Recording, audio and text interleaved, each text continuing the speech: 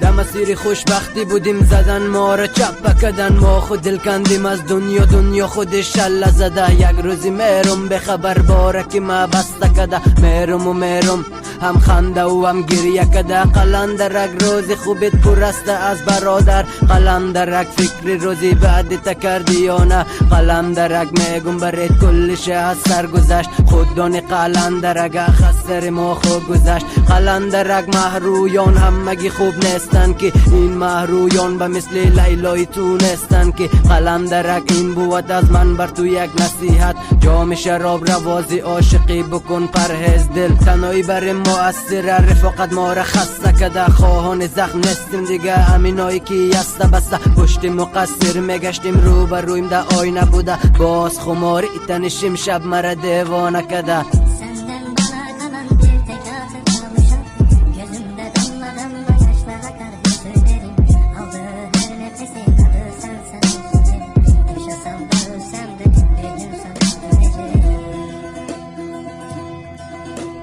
زمان تغییر کده، از دل و از جان زدیم، با محبت خارگل نشد مولانای ساده دل. زمان تغییر کده، کجای دنیای تو؟ در آغوش غم بزرگ شدیم، فکر میکنی خام هستین؟ لذت لبخند تو را کجا بیافم من؟ نه ریش سفید تو را کجا سیاه کنم پدر؟ دیر فهمیدیم کودکی را باید میکردیم قدر، فلک فرصت نداده گش بال پرستوی مزدک. پاهای تا ببوسو من باز کمه به خاطر گریه های شب. بخشش نه بهش زیر پایید باشه، باز کمه به خاطر نوما خستگی. بخشش نه به خاطر سرکشی هایم. بخشش پدر، کوه ایورست به شانه های تو کم یاره پدر، به خاطر سرکشی هایم. بخشش پدر، کوه ایورست به شانه های تو کم یاره پدر.